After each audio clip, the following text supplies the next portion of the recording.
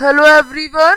आज हम गणित का मूल्यांकन कार्य पत्र 4 डिस्कस करेंगे 31 अगस्त का। तो ये कार्य पत्र है 20 अंक का और कुल कितने प्रश्न है? 9। पहले कुछ स्थिति निर्धारित प्रश्न है जो कि 5 अंक के हैं। तो पहले ये डिस्कस करते हैं। दिए गए रैखिक समीकरण युग्म का ग्राफ संकलन आकृति में दर्शाया गया है। x plus Y is equal to 5 और 2x plus 2y is equal to 10। तो ये हमारा दर्शाया गया है यहाँ पे। तो हमें इसको देखते हुए प्रश्नों के उत्तर देने हैं। तो चित्र में किस प्रकार की रेखाएं दर्शाई गई हैं? हम क्या देख सकते हैं, एक लाइन के ऊपर दूसरी लाइन बनी हुई है। तो इस तरह की कौन सी लाइन होती है? समापत्ति रेखाएं होती हैं। अब दिए गए रैखिक समीकरण के कितने हल है? ये क्या है? Linear equation in 2 variable. तो अनेक हल हो सकते हैं इसके। अब दिए गए ग्राफ की कौन सी स्थिति सत्य हो सकती है? कौन सी स्थिति सत्य होगी? a1 upon b1 is equal to a2 upon b2 is equal to a3 upon b3, यानी तीनों की तीनों ही चीजें इक्वल होती हैं हमारी। अब चौथा प्रश्न, निम्न में से क्या दिया गया रैखिक समीकरण युग्म का हल है? तो हम बताएंगे। तो क्या होगा हमारा यहाँ पे हल? हमारा यहाँ पे हल होगा, क्या होगा? वैल्यू लगा के देखते हैं। x plus Y is equal to 5। तो c वाली वैल्यू होगी 6 plus minus 1 is equal to 5। 6 minus 1 क्या होगा? 5। और 5 इज इक्वल टू 5 इक्वल हो जाएगा। अब 2x plus 2y is equal to 10। तो 2 इंटू 6 12 और प्लस क्या होगा? 2 इंटू माइनस 1 तो माइनस 2। 12 माइनस 2 क्या आएगा? 10। तो कौन सी इक्वेशन सही है? सी। अब हमें कहा गया है कि यदि जो युग्म दिया गया है उसकी value y is equal to 13 है तो x का मान बताना है। तो हम फाइंड आउट करेंगे तो -8 आएगा। करके देखते हैं। x plus Y is equal to क्या है? 5। तो 5 आ जाएगा यहाँ पे। अब y की वैल्यू क्या है? 13। तो 13 वैल्यू लगाएंगे is equal to 5। x is equal to 5 minus 13। तो क्या होगा? x आएगा -8। इसी तरह से दूसरे वाले जो हमारा समीकरण है उसमें भी लगाएंगे तो सेम आएगा। अब आगे के प्रश्न डिस्कस करते हैं। पहला छठा है कि किस मान के लिए निम्न समीकरण युग्म का कोई हल नहीं है? 3x प्लस के Y is equal to 11, 6x plus 2y is equal to 18। ये हमारे दो समीकरण है। तो इन दोनों का कोई भी हल नहीं है यदि, तो k का क्या मान होगा? और सातवां है x और y का हल कीजिए।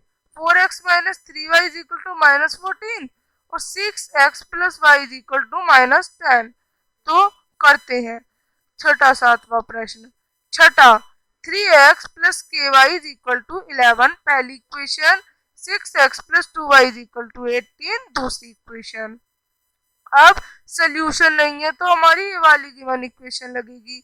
a upon 1 upon a upon 2 is equal to b upon 1 b upon 2 दोनों इक्वल है, पर c अपॉन 1 और c अपॉन 2 इनके इक्वल नहीं है। तो a क्या है यहाँ पे? a 3 और 6 है, 3 अपॉन 6 और b k और 2 है तो k upon 2।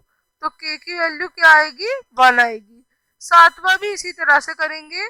4x minus 3y is equal to -14 तो 1 हो जाएगा इक्वेशन। अब 6x plus Y is equal to -10 को 3 से गुणा करना है तो क्या आएगा? 18x plus 3y is equal to -13। ये हमारा दूसरा समीकरण बना। अब एलिमिनेशन मेथड से हम इसे सॉल्व करेंगे तो x की वैल्यू हमारी -2 आ जाएगी। अब जो समीकरण है उसमें x की वैल्यू रखकर देखेंगे और y की वैल्यू निकालेंगे तो रखी y की वैल्यू हमारी 2 आ जाएगी। इस तरह से होगा। अब आठवां नौवां प्रश्न देखते हैं क्या कहा जा रहा है। निम्न समीकरण युग को ग्राफीय विधि से हल करें। और नौवां में किसी भिन्न के अंश में 4 जोड़ने पर तथा हर में 2 घटाने पर मान 2 आता है। तो भिन्न को जो हमारा है अंश को दुगने से 1 अधिक जो है वो हमारा क्या है, वो है हमारा हर। तो भिन्न ज्ञात करना है। करते हैं पहले 8वां। तो 8वें में ग्राफ बनाना है। तो पहले इक्वेशन लिख दी, समीकरण 1 ये हो गया, समीकरण 2 ये हो गया, तो दोनों समीकरण हो गए। अब इनके दो दो हल निकालेंगे। तो हल निकाल लिए हमने, आप इन्हें वैल्यू भी पुट करके देखेंगे तो सही आएंगे। अब इन्हें प्लॉट कर देंगे सारे पॉइंट्स को, जैसे ये है और ये वाला पॉइंट है, ये वाला पॉइंट है, ये सारे प्लॉट हो गए। और एक स्ट्रेट लाइन हम बनाएंगे जैसे कि मैंने बना रखी है, और यहाँ पे समीकरणों के नाम लिखेंगे जैसे कि मैंने लिखे हुए हैं। अब 9वां, अब 9वें में फ्रैक्शन हम ले लेते हैं x अपॉन वाई।